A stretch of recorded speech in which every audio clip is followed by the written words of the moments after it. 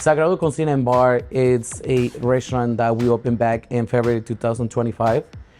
It was a family dream, since I was a kid. My family owns different restaurant food businesses.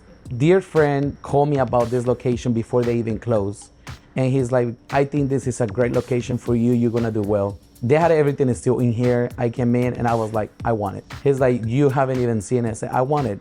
Just look at the location where we are. I believe here in Sagrado, our most popular item is gonna be the street tacos. Are made with homemade corn tortillas with yellow corn that we made.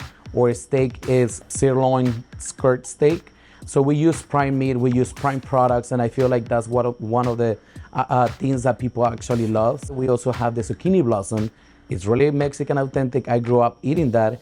A lot of people don't know that we sell authentic items. Just because we are a Mexican restaurant, we have a variety of different items that we sell in here. We were so excited when they invited us to the Margarita Festival. We are a new restaurant. We decided to make our top show Margarita is with organic fruit, organic juices. We use orange juice, lime juice, and agave juice, everything organic. And then we gave it a twist with our hibiscus syrup that we're making home. When they mentioned, that we were #1 and that we won the best Margarita in Waco, I couldn't believe it. It was unexpected, but at the same time, I'm so thankful for the people that show up, show us support, and that keep supporting us through the days. What I love about Waco is our community. I feel like since we opened, we received most of the love that we can. People is too nice to us.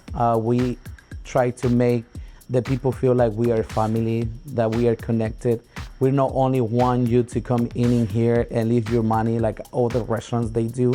I want you to make a connection with you. I want you to feel comfortable when you come in here, and making that connection is most important than anything else. The community is beautiful, and that's why I'm so thankful for them.